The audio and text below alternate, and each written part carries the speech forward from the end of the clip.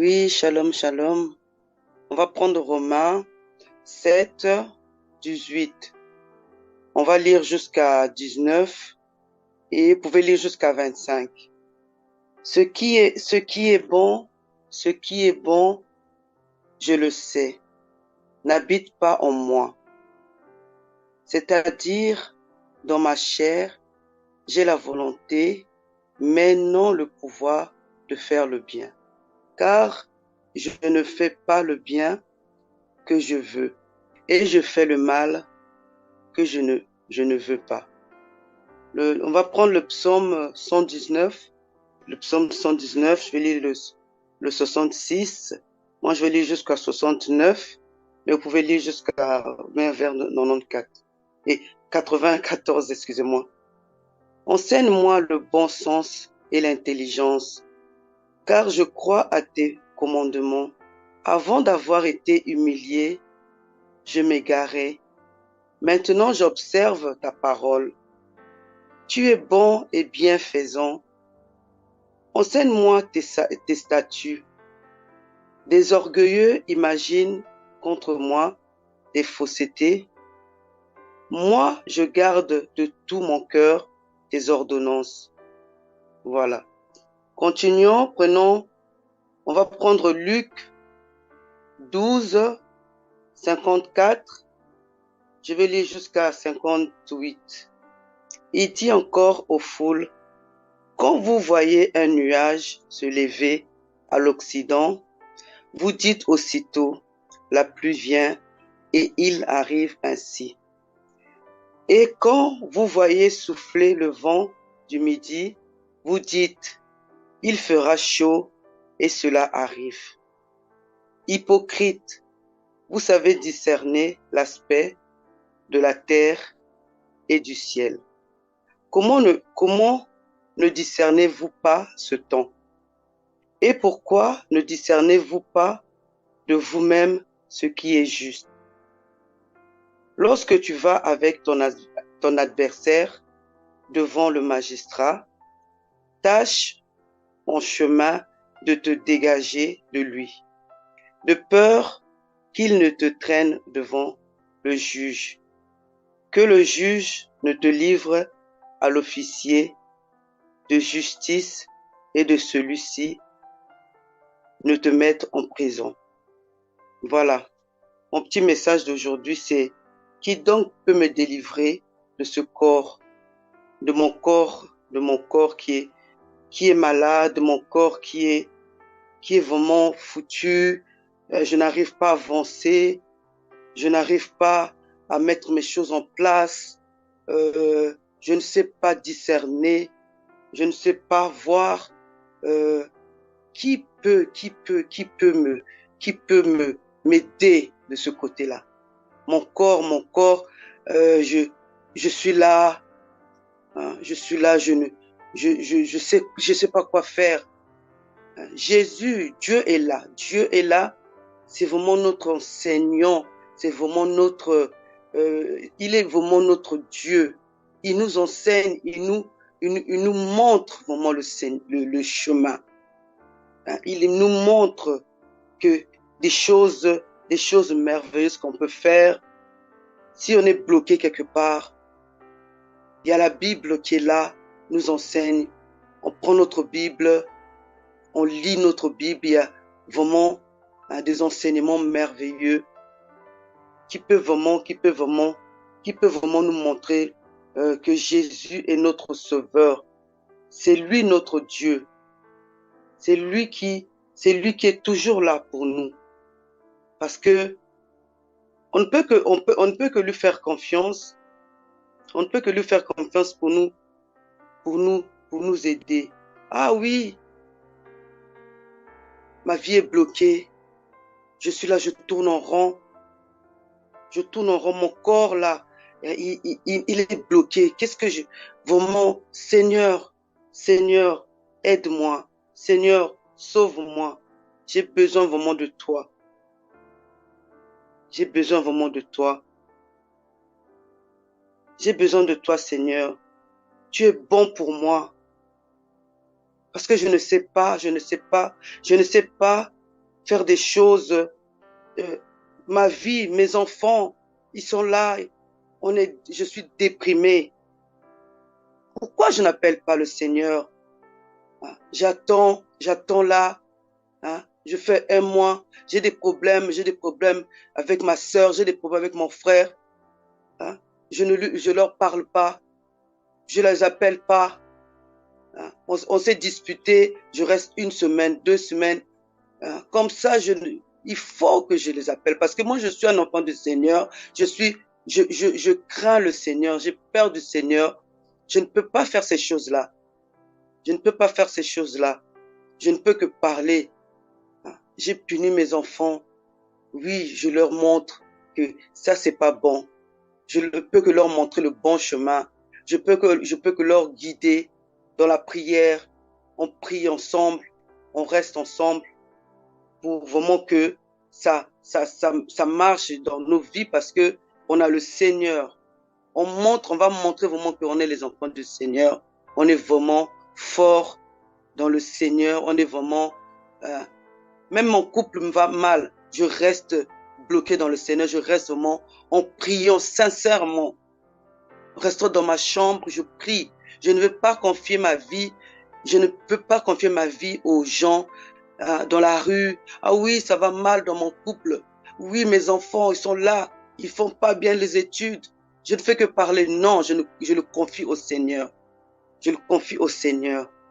Parce que j'ai confiance au Seigneur. Je sais que ça va aller. Dans mon couple, ça va aller. Dans mon mariage, ça va aller. Avec ma famille, ça va aller. Avec ma mère, ça va aller. Avec mon papa, ça va aller. Parce que je sais que je suis un enfant de Dieu. Je peux leur pardonner.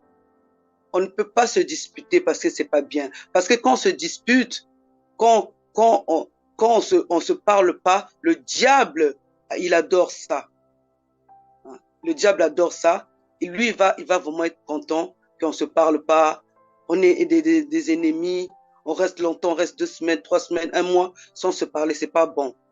Se parler, appeler, tu l'appelles le même jour-là, tu parles. Tu parles avec ton père, tu parles avec ta mère.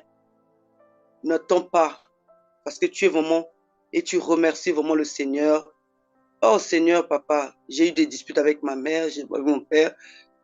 Seigneur, je veux faire en sorte que ça n'arrive plus. Je n'arrive plus parce que je veux que tu m'aides, Seigneur. Je veux que tu m'aides dans mon programme. Aide-moi, Seigneur. Seigneur, j'ai mal parlé avec mes enfants.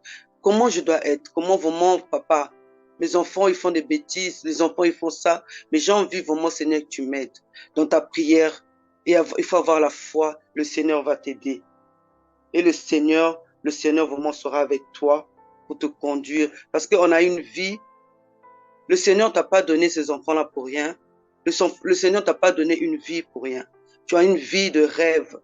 Parce que beaucoup, ils cherchent ça. Il y a beaucoup qui sont dans les hôpitaux. Toi, tu arrives à vivre. Tu arrives à marcher, manger. Tu arrives vraiment, prends le temps de prier. Prends le temps de remercier le Seigneur. Prends le temps vraiment d'adorer ton Dieu. De lui montrer vraiment qu'il est tout pour toi. De lui montrer vraiment que sans lui, tu es rien. Même si les choses qui arrivent dans ta maison, même si tu es malade, quoi, continue à remercier le Seigneur. Continue à adorer ton Dieu. Parce qu'il est vraiment merveilleux. Voilà. C'est ce que je voulais vraiment dire. Vraiment, mon petit message, c'est seulement que qui donc peut me délivrer de ce corps qui m'entraîne à la mort. Parce que ce corps-là, si nous prions pas, si nous nous présentons pas devant le Seigneur ne va rien faire pour nous.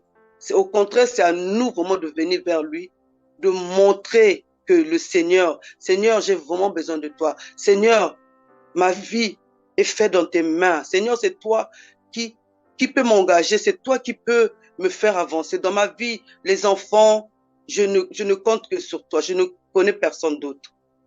Voilà. Donc, je vais prier. Seigneur mon Dieu, Seigneur mon roi, merci Seigneur, merci pour un frère, merci pour une sœur, Seigneur qui va écouter ce message, Seigneur. Seigneur, fais en sorte, Seigneur, que cette parole lui fortifie, Seigneur, parce que c'est toi le Dieu présent, c'est toi omniprésent dans nos vies, Seigneur. Merci.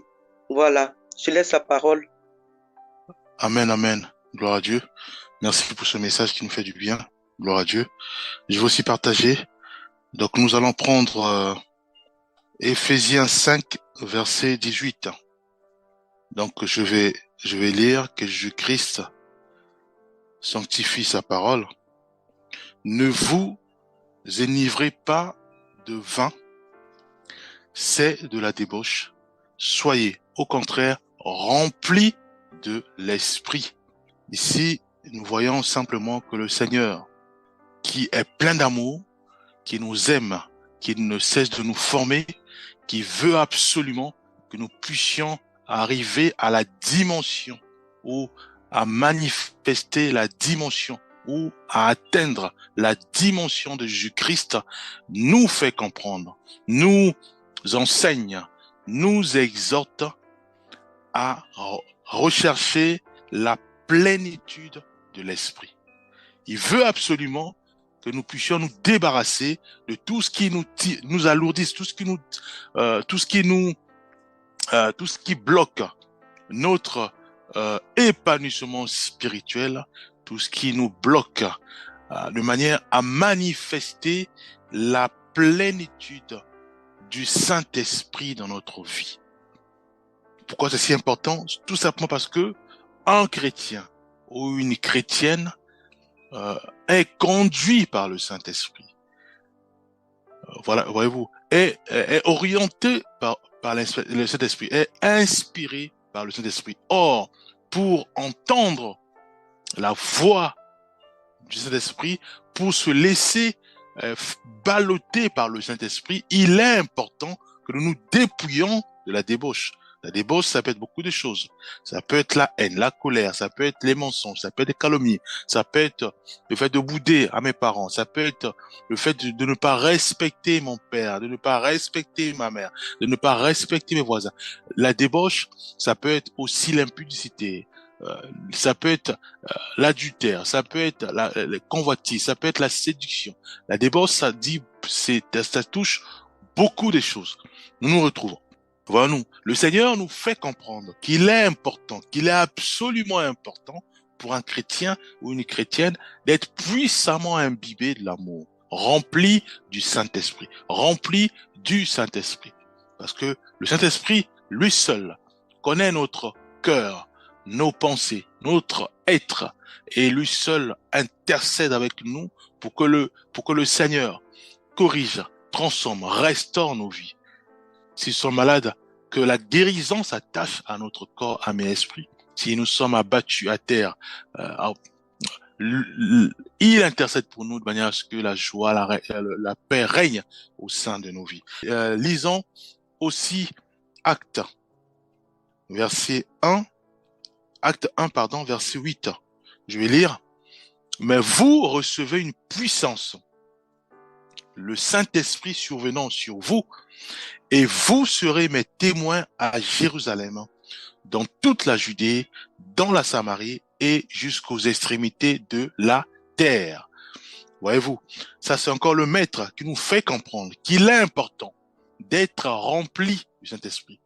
D'être rempli du Saint-Esprit. À ce moment-là, lui seul nous guide. Voyez-vous, il nous fait sortir de nos zones de confort. Le Saint-Esprit nous utilise, nous fait sortir de nos zones de confort pour annoncer l'évangile, pour partager l'évangile avec nos frères, avec nos sœurs, avec nos amis, avec nos parents. Voyez-vous, pour tous ceux et celles qui sont un peu outillés, donc ils nous utilisent comme ils veulent. En tout cas, on reconnaît un bien-aimé qui est rempli du Saint-Esprit, c'est quand ce frère, cette sœur sort de sa zone de confort et partage l'évangile.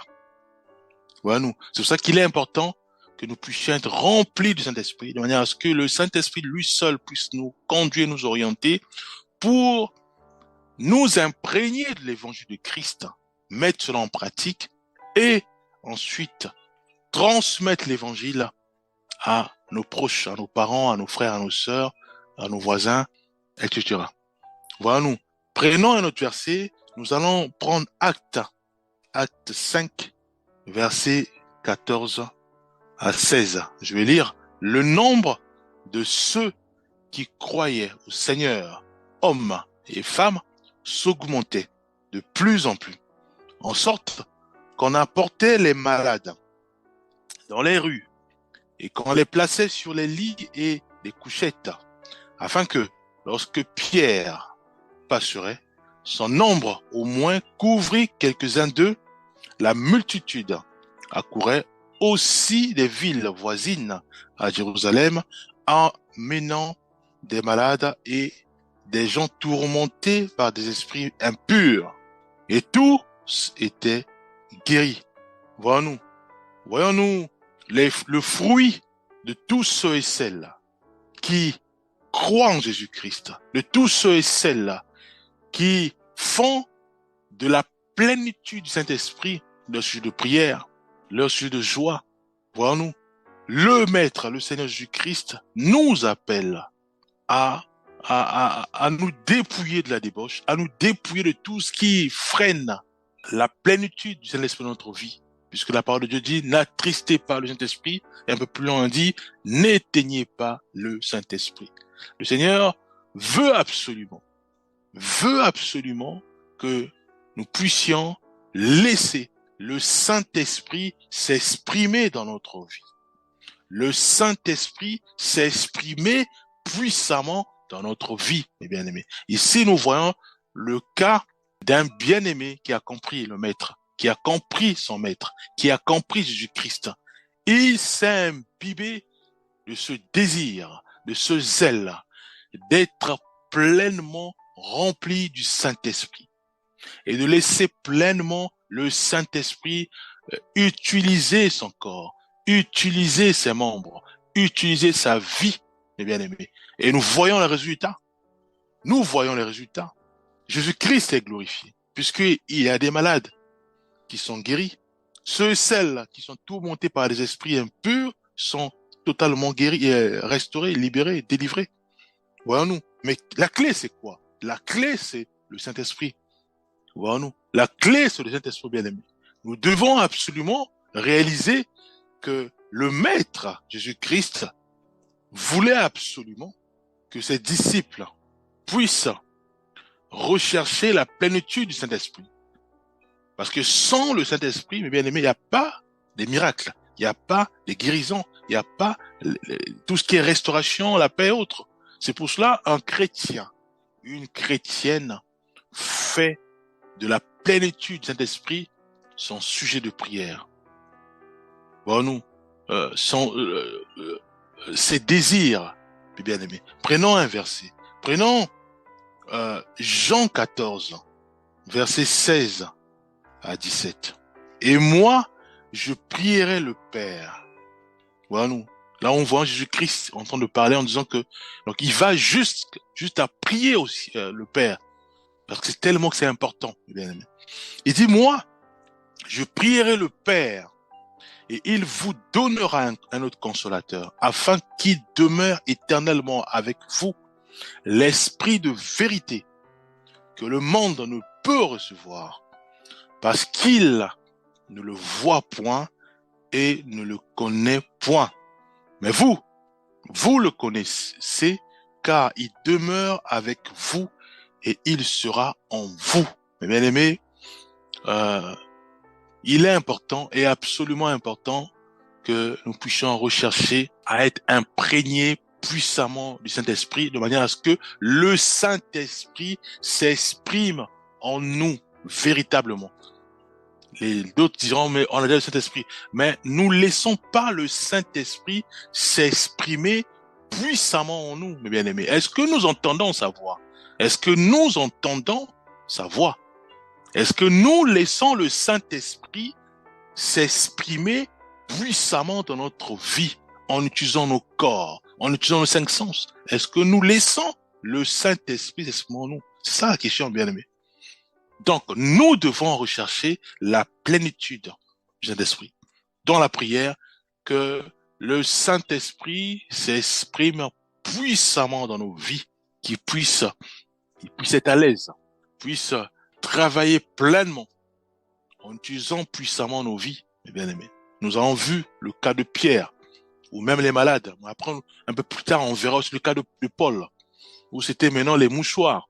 Voyons-nous. Mais c'est le Saint-Esprit. Parce que il y a des bien-aimés qui ont su, qui ont écarté toutes sortes de théories, mais qui ont fait de la plénitude du Saint-Esprit leur sujet de prière, leur désir. Pourquoi? Parce qu'ils veulent absolument laisser maintenant le Saint-Esprit s'exprimer puissamment dans leur vie, qu'à travers leur bouche, le Saint-Esprit puisse utiliser leur bouche, de manière à ce que la vérité, seule la vérité, sorte à travers leur bouche. Et non les moqueries, et non l'emportement, et non la colère, et non toutes sortes de paroles blessantes, mes bien-aimés. Le Saint-Esprit doit s'exprimer dans nos vies, mes bien-aimés.